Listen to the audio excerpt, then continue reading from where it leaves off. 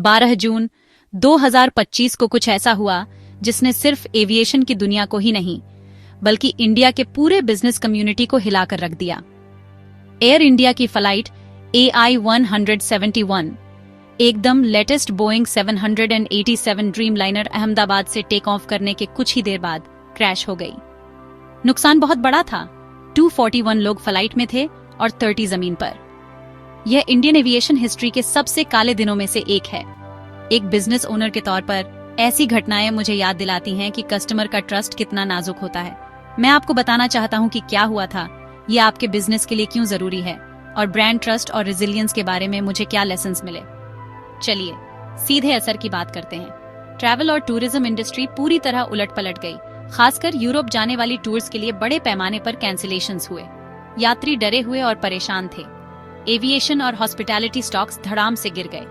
Indigo, spice jet और बड़े hotel chains जैसे बड़े नाम, सबको नुकसान हुआ। निफ्टी इंडिया टूरिज्म इंडेक्स एक ही दिन में 6% से ज्यादा गिर गया। और फिर है कॉर्पोरेट इमेज की बात।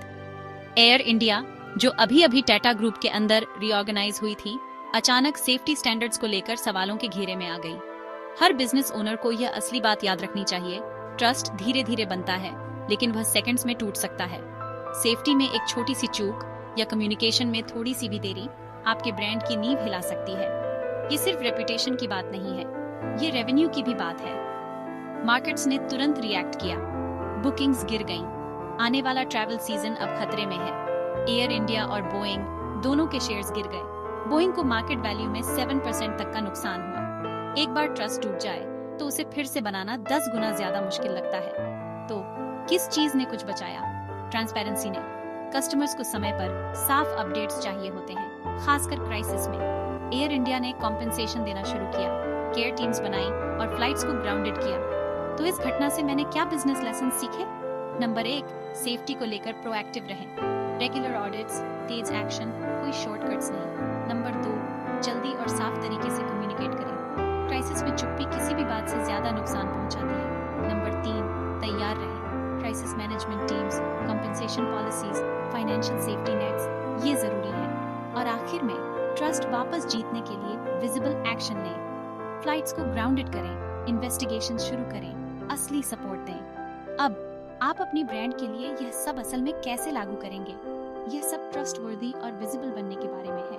एक्टिव एंगेजमेंट, ट्रांसपेरेंसी और रेगुलर कम्युनिकेशन के जरिए। तब भी जब चीजें गलत हो जाएं, अपने ऑडियंस के साथ मौजूद रहना और ईमानदार रहना बहुत फर्क ला सकता है।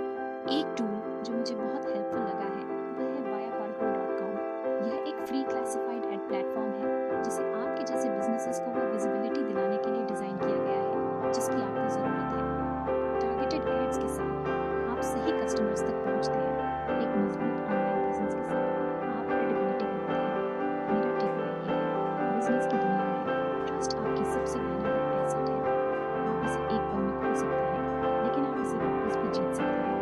सच्चे एक्शन, सेल्फ कम्युनिकेशन और हमेशा अपने कस्टमर्स को सबसे पहले रखकर सिर्फ साइडलाइन से न देखें। आज ही अपनी ब्रांड की प्रेजेंस पर ट्रस्ट बनाना शुरू करें। viapargo.com पर जाएं और अपना पहला एड पोस्ट करें।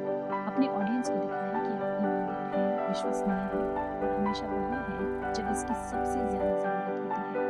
viapargo.com, जहाँ मजबूत ब्रांड्स बढ़ती हैं और ज्यादा एडीज का मतलब है ज्यादा लीड्स, ज्यादा पोटेंशियल और ज्यादा ट्रस्ट।